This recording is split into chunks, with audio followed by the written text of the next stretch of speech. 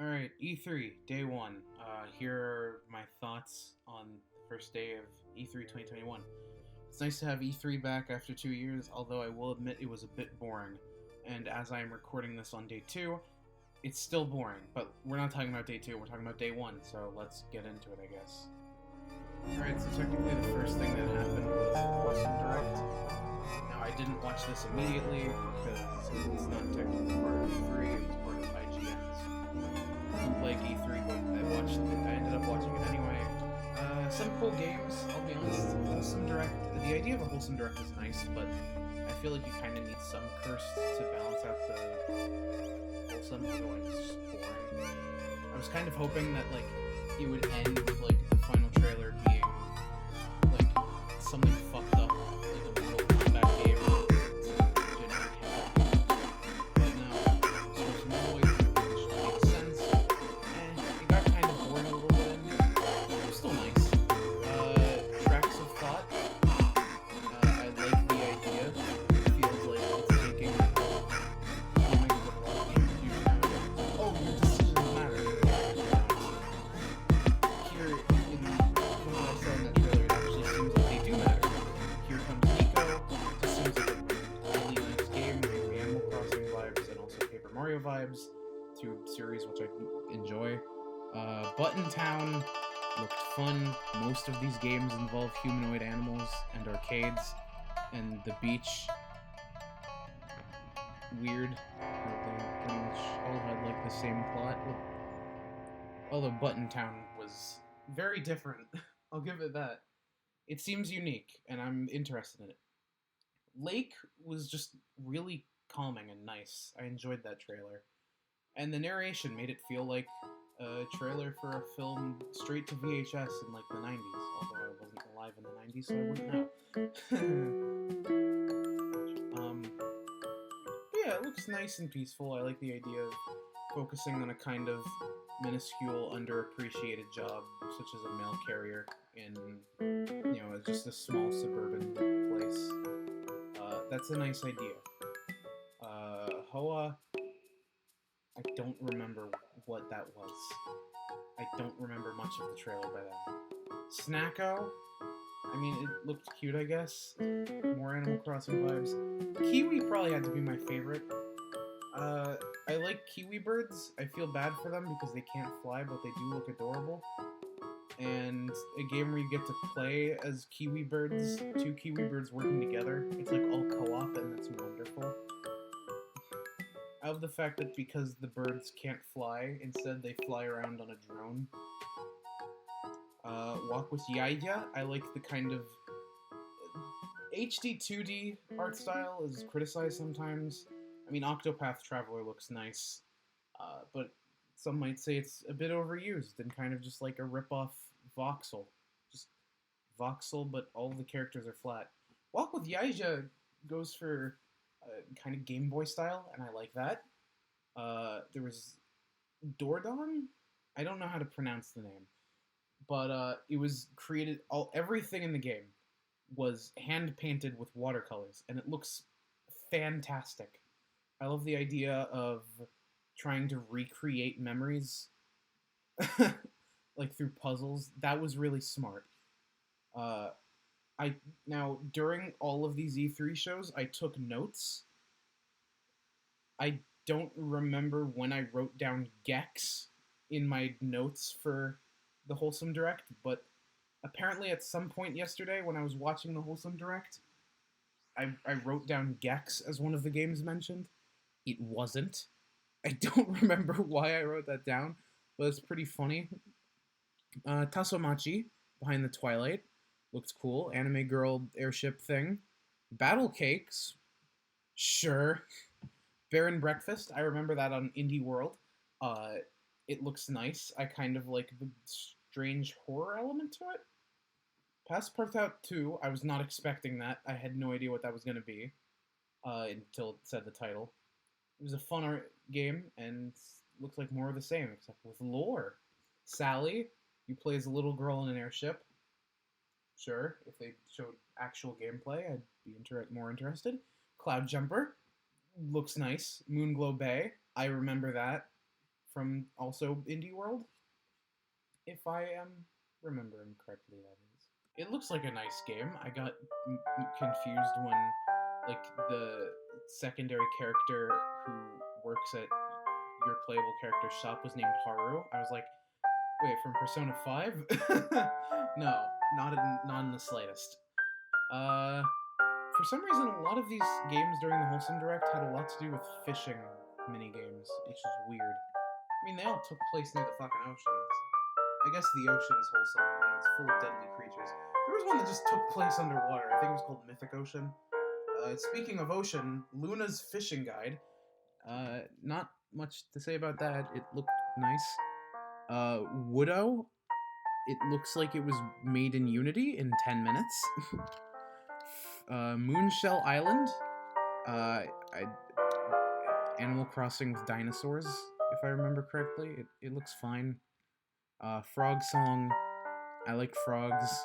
Power. Lego showed up. A fucking Lego game showed up. I wasn't expecting that. That was pretty funny. It looks like it was done entirely with stop motion, which is cool because stop motion is impressive.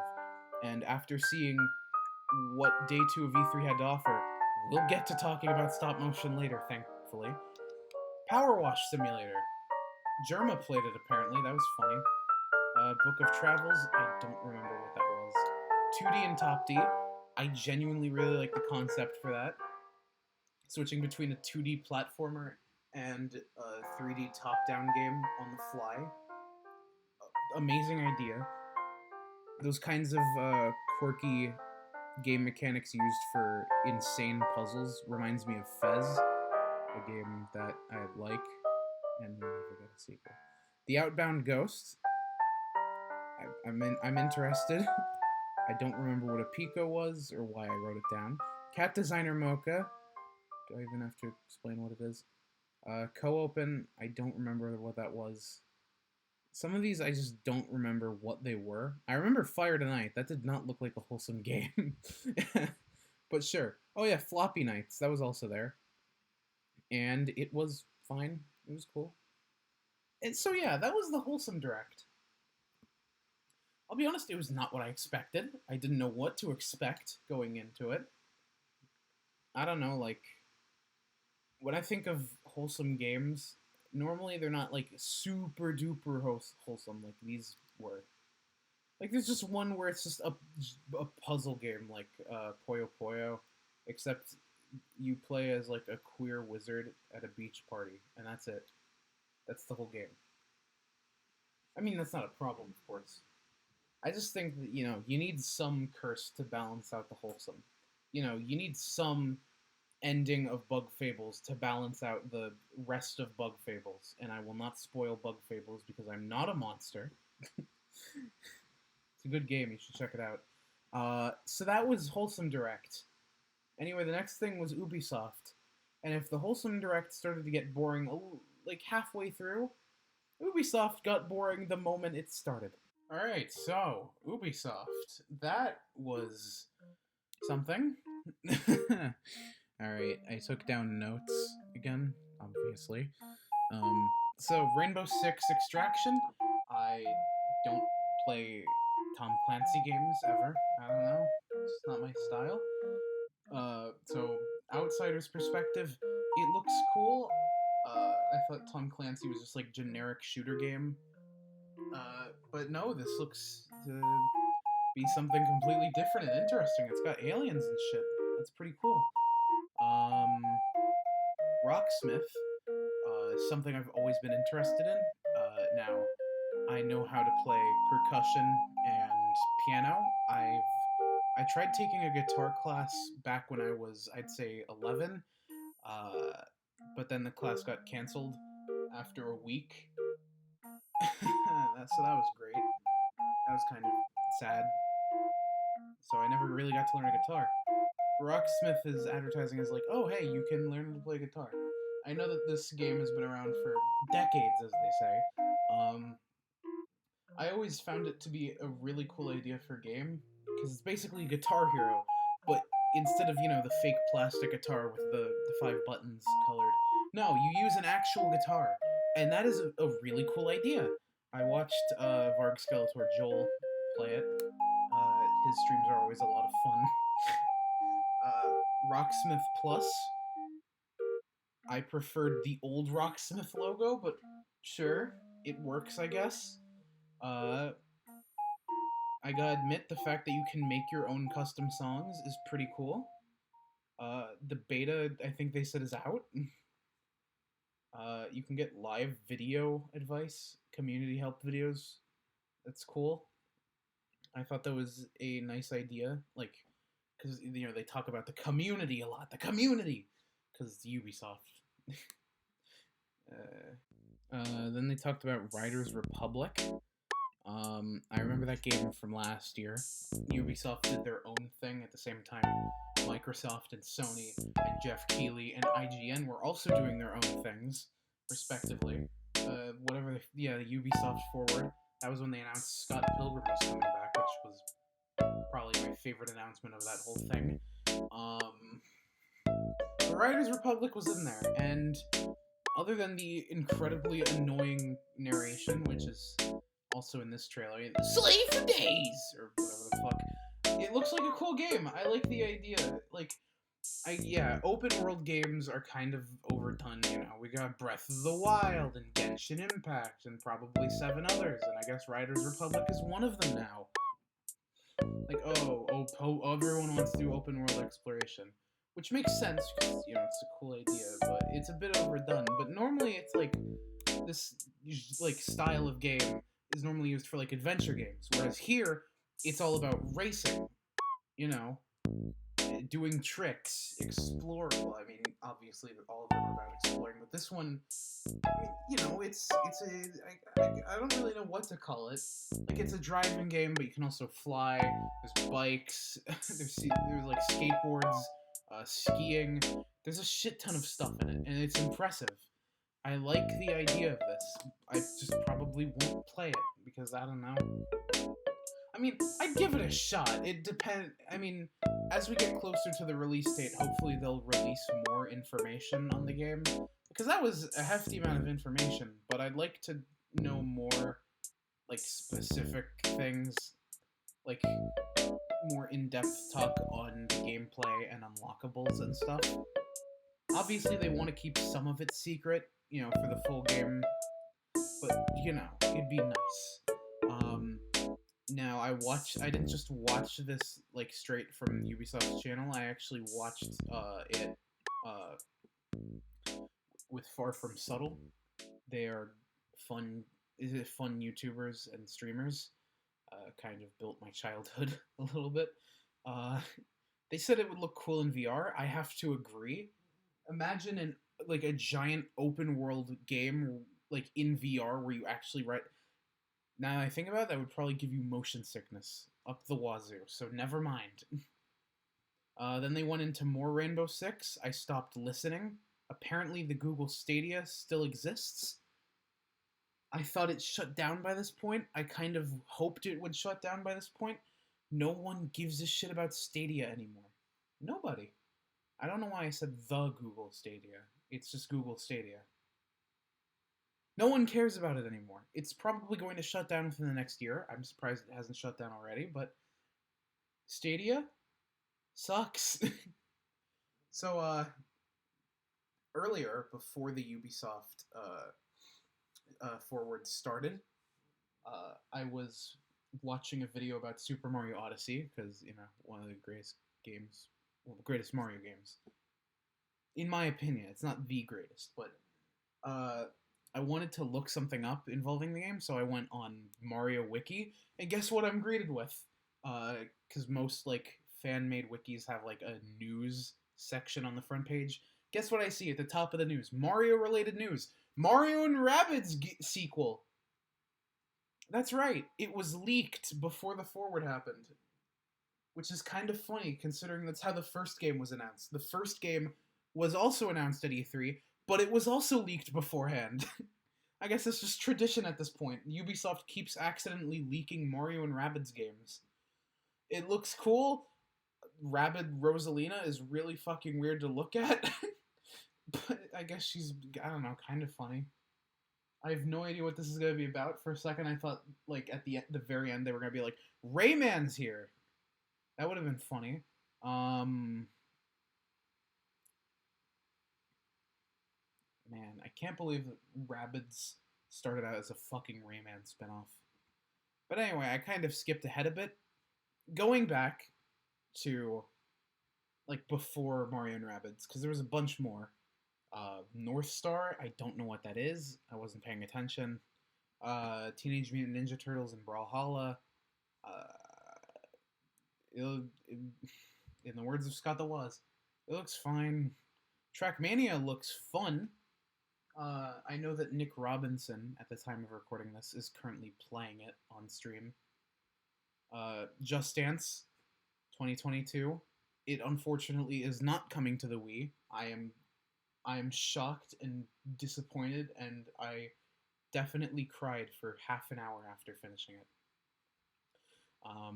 The forward. I mean, I cried into my pillow for 7 hours after the forward ended, out of the complete disappointment that Just Dance 2022 would not join its fellow and former games on the Wii. When they suddenly cut to the giant pink like lit up triangle, I thought it was gonna be a Just Shapes and Beats crossover. Todrick Hall. Imagine Dragons is also apparently in there. Good for it. Good for them. Then they went into Assassin's Creed Valhalla. Game's been out for like a year now. I don't even know what they were like showing. It looked like DLC, I think. I don't know. I was bored out of my mind. Then they just went into an advertisement for an Apple TV Plus show. They did this in 2019 where they announced like something created by the creators of The Office. I don't know why Ubisoft keeps like announcing like TV shows at E3, the Electronic Entertainment Expo, a exposition literally for the purpose of showing off video games. But sure, why not? I mean, the show is apparently about a video game company or something. I don't know if it's good. I mean, according to the reviews in the trailer, it is. I don't know. There was a movie. It's apparently going to be in theaters. I didn't know theaters were open. Sure, why not? Werewolves Within. Apparently it's a tie-in to a game they made. Far Cry 6. This is obviously a big one, you know. The Far Cry series is beloved, so, you know, obviously they have to do something big for Far Cry 6, and from the looks of it, they are doing that. From the first trailer, I'm already, you know, kind of intrigued. It also has a season pass. I was not expecting that, considering the fact that, if I'm correct, Far Cry is a single-player game, and normally seasons passes are only for, like, battle royales or, I don't know, Minecraft dungeons. You get to play as Voss from Far Cry 3. In fact, I think it's just all of the villains from, well, I mean, the villains from 4 and 5 as well.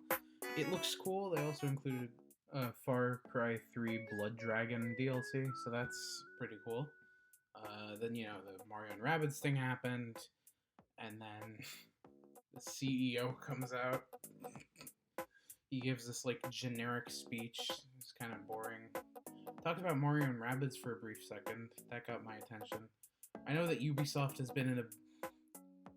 Well, I don't think a bit of controversy is exactly the correct statement, because that would be an understatement. There's been quite some controversy, hasn't it? Yikes. He's like... He didn't apologize, surprisingly.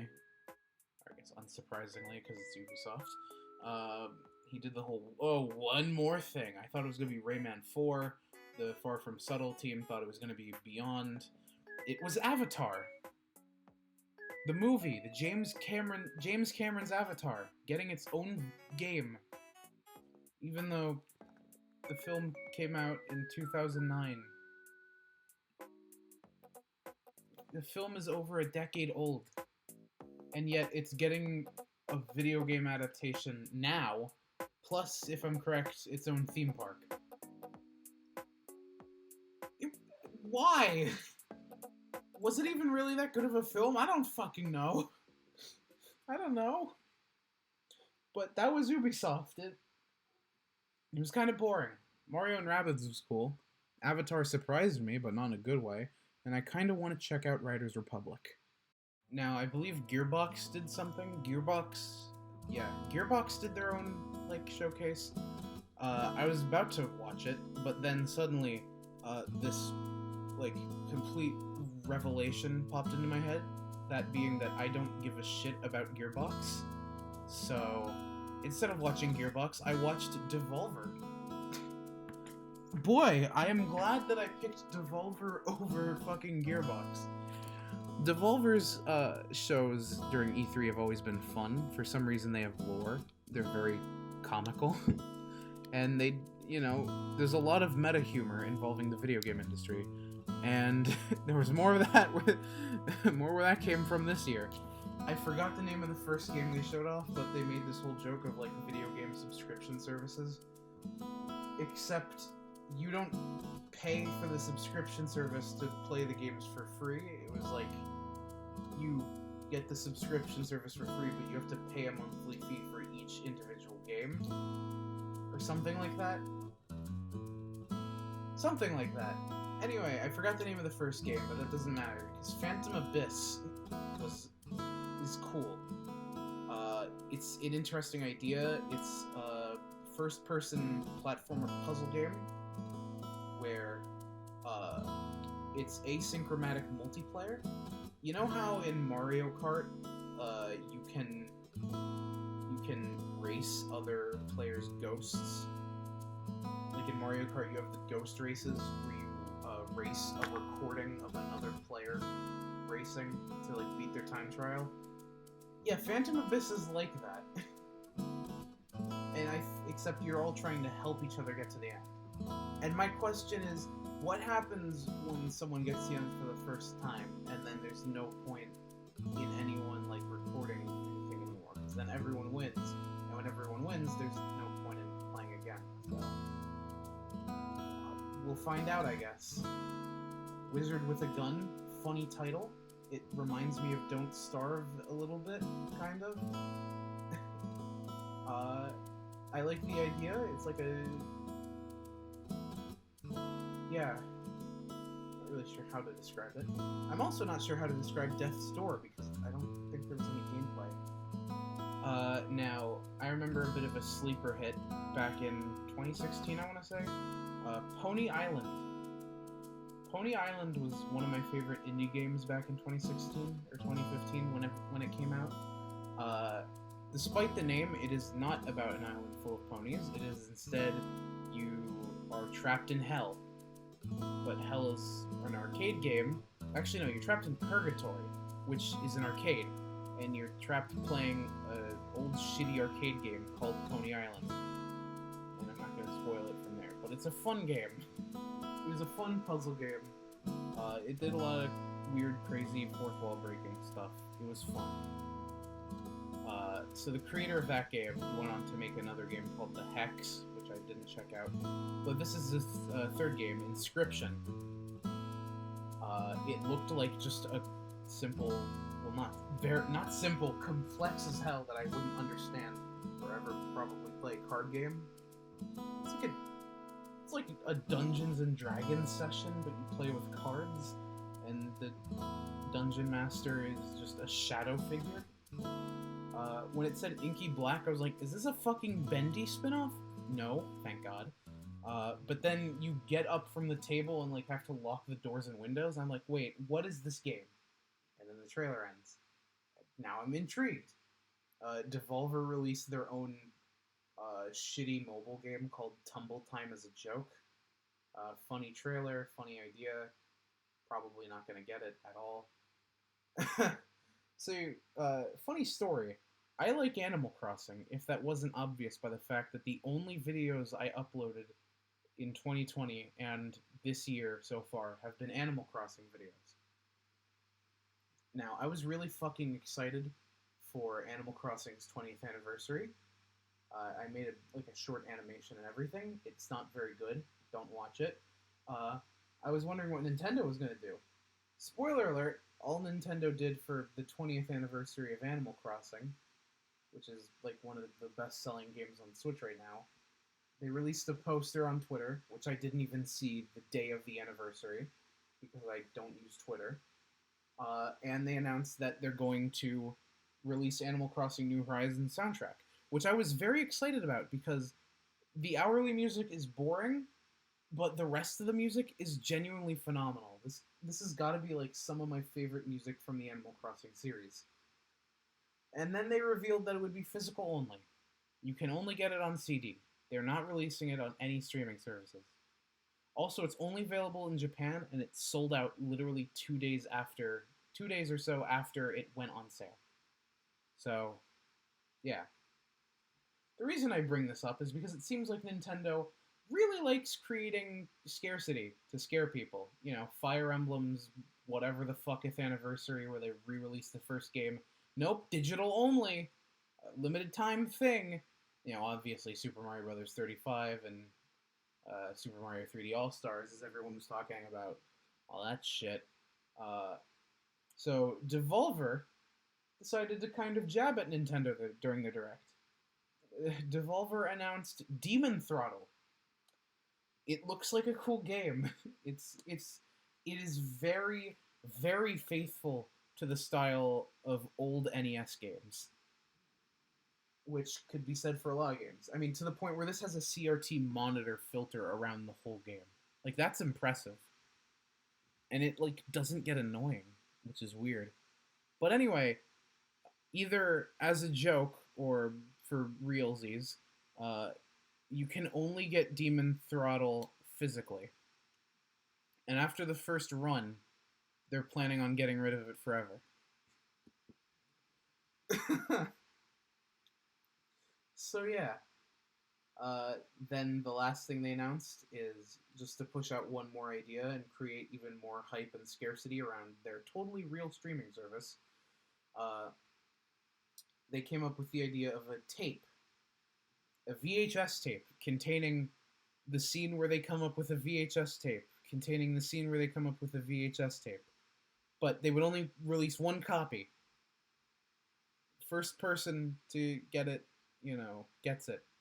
And there's a thing inside the tape, so they can't fuck with it. It's a non-fuckwithable tape, or NFT for short.